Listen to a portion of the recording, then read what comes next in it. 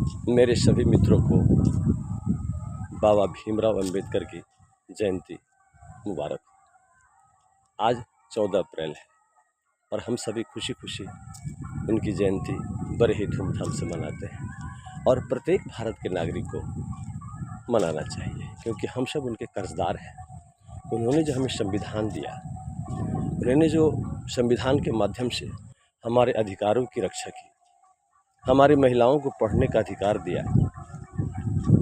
नहीं तो ये पुरानी जो परंपराएं थी या मनुस्मृति के अनुसार महिलाओं को तो पढ़ने का क्या, पति के सिवा और अपने बेटों के सिवा और अपने पिता के सिवा, जैसा कि उसमें लिखा हुआ है कि बुढ़ापे में बेटा के सहारे, जवानी में पति के सहारे, पति के बाद बेटा के सहारे, यानी कि उनको कहीं स्वतंत्रता नहीं थी। सही मायने में हम महिलाओं से निवेदन करेंगे कि आप सभी बाबा भीमराव अंबेडकर के विशेष कर्जदार हैं, क्योंकि आपको हक और अधिकार उन्होंने ही संविधान के माध्यम से दिलवाया। और हमारे जितने भी दलित भाई हैं और बहुजन समाज के लोग हैं, हम तो पूरी तरह उनके कर्जदार हैं। रहा सवाल जयंती मनाने का, तो बड़े खुशी से मनाते हैं, परंतु एक बात मेरा कहना है कि बाबा साहब ने मूर्ति पूजा, आडंबर का तो विरोध किया था। उन्होंने साफ साफ कहा था कि किसी भी प्रकार के अंधविश्वास में विश्वास नहीं करो, परंतु क्या आप उस पर चलते हैं? नहीं चलते हैं। केवल उनकी जयंती मनाना ही काफ़ी नहीं है। हम उनकी जयंती मनाते हैं, हंसी खुशी मनाते हैं, डीजे बजाते हैं, लंबी लंबी भाषण देते हैं, परंतु उसके बाद क्या करते हैं? फिर वही शादी में ब्राह्मणों को बुलाते हैं, मरने पर श्राद्ध करते हैं, मुंडन करते हैं। अरे मनुस्मृति जलाने से क्या होगा? जलाने से कुछ नहीं होगा। एक प्रति आप जला देंगे, बहुत सारी प्रतियां हैं।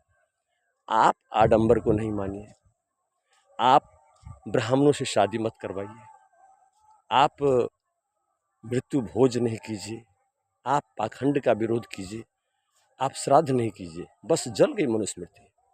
इसलिए मेरे मित्रों, मेरे भाइयों, मेरी बहनों, हम निवेदन करेंगे कि आप बाबा साहब की जयंती मनाते हैं तो उनके रास्ते पर भी चलने का पूरा प्रयास करें। उन्होंने मूर्ति को पूजने की मनाही की थी और आप उन्हीं की मूर्ति पर फूल माला चढ़ाते हैं। नहीं, श्रद्धा रखना अच्छी बात है, परंतु पूजा मत कीजिए। पूजा करने की मनाही है। आपके विभिन्न प्रकार के देवी देवता का आप पूजा करते हैं, आप ओझा गुनी और भक्ता के पास जाते हैं। क्या बाबा साहब ने यही सब करने को कहा था? आप नशे के शिकार होकर अपने जीवन बर्बाद करते हैं, ऐसा उन्होंने नहीं कहा था। उन्होंने आडंबर से दूर रहने के लिए आपको कहा था। आप अगर अंधविश्वास में जी रहे हैं तो फिर बाबा साहब की जयंती मनाने का क्या मतलब?